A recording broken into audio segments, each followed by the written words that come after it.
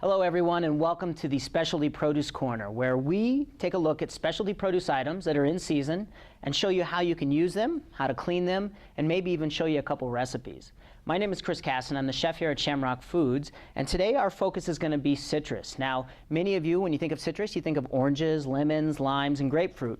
Well, what we're showing you today is a little bit different. So I've got three things laid out here. We've got the red pomelo, we've got the Satsuma tangerine, and we've got the Moro blood orange. Now the blood orange is the one we're going to focus on, but the reason I put the pomelo and the tangerine out here is because these are the two items that were once believed to have been hybrid, means put together, to form what you eat today as an orange. Now, many people have had grapefruit, and it looks very similar to the pomelo, but the difference is the pomelo is much larger. And when you cut it open, you'll see the pomelo has a lot more skin around it, a lot more rind. And typically a grapefruit is very tart and very sour, where the pomelo is not. It's a little bit sweeter. So if you take the pomelo, and once again you were to mix it with what is called the tangerine, and you'll see here that the tangerine is nice and small, that's where you get the orange of today. Now, the tangerine I love because when you peel the skin back, you get these little segments of fruit, and you very seldom find seeds in the product. So you can eat it just as it is without having to worry about spitting out the seeds, and it's nice and sweet and flavorful.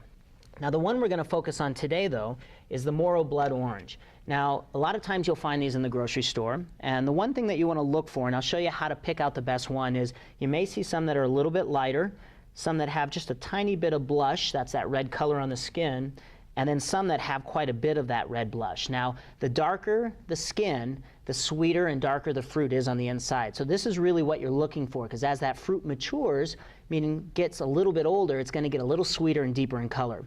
Now, there's two ways you can cut these open, depending on what you're doing. And the first way is obviously to cut it lengthwise, as you do a regular orange, and now you can cut them into just sections, and you can serve those, you know, on the plate, or you can eat them as many do, just with the rind on the outside. Now, if you want to incorporate these into a salad or make something fun with it, you would want to take both ends off and just be careful in slicing the tips off. And as you see, it's nice and red on the inside. You're going to lay that part down, and now you're going to trim the skin off. And by trimming the skin off, you're getting rid of all that bitter flavor. Anything that's white in there is going to be a little bit bitter, and so you want to get rid of that. It's also called the pith, and that's the white part between the skin and the fruit. And once you've gone all the way around the fruit, as you see here, then you have a nice clean piece. Now you can take this and cut the segments out. Now when I say a segment, if you look at a piece of fruit, you see the little white lines that run through it. If you take the knife and you cut right next to that line, you'll see that these little segments come popping out. And that way you're not getting any of that really tough part that you would eat and get in your teeth when you're chewing an orange. Now that we've seen how to clean it and how to look for it in the supermarket, let's talk about how we would incorporate it into a dish. Now I just want to show you a quick fun dressing you can make and incorporate this into a salad with the blood orange. And I love the blood orange because of the deep color and that nice tart flavor. So typically I'll start with the juice of the blood orange. Now if you've taken the segments out, one little trick is most people will throw away what's left here. And if you actually give that a good squeeze, you'll typically find that you get some of the juice out of that. And then you can also take some more blood oranges and just squeeze them, get some of that juice. And there you have it. You can see that nice deep red color. Now I typically would add either like some honey or some agave, something sweet, just to help it out a little bit when you're making that dressing. And as you whisk this back and forth, we're going to incorporate into it some olive oil.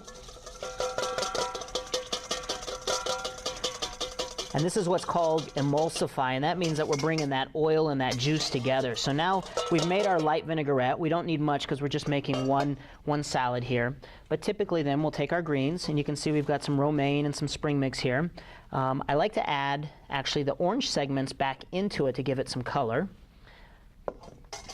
We'll drizzle our dressing that we just made over the top of that.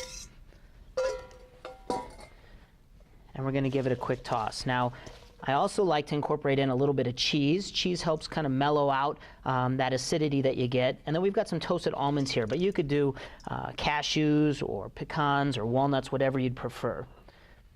Now we'll take our plate, and after we've tossed this all together, we're going to just mound it nice and tall right in the middle, making sure to get some of those orange segments and some of that cheese and those nuts. And then what I also like to do is take some of these oranges and just put them around the outside of the plate and give it just a little bit more color. Now you can see that was super easy, very simple and quick, but you're giving somebody a dish that they haven't really seen as far as the colors and the flavors before. It's a little bit more interesting than your typical vinaigrettes and your standard orange or other type of fruit segment. So I hope you enjoyed this version of the Specialty Produce Corner, and we'll see you again next week.